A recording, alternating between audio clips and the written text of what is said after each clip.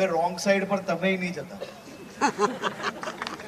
હું એટલા માટે કહું છું કે તમને કદાચ ખરાબ લાગશે, પડશે, તમને કદાચ મારી વાત નહીં ગમે, તમે જે કામ કહેશો એ બધું જ કરવા તૈયાર છું, પણ રોંગ સાઈડમાં પોલીસ પકડે તો મારી ઓફિસમાં કે મને ફોન નહીં કરતા, કારણ કે હું નહીં છોડાઈ દઉં.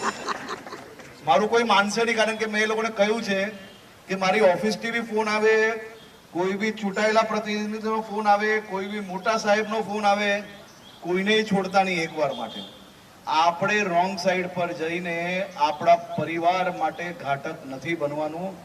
આપણે ટ્રાફિક નિયમોનું પાલન જો કરશો તો સુરક્ષિત ડ્રાઇવિંગના કારણે તમે બી સુરક્ષિત રહેશો અને તમારા સુરક્ષિત રહેવાથી તમારું પરિવાર બી સુરક્ષિત રહેશે.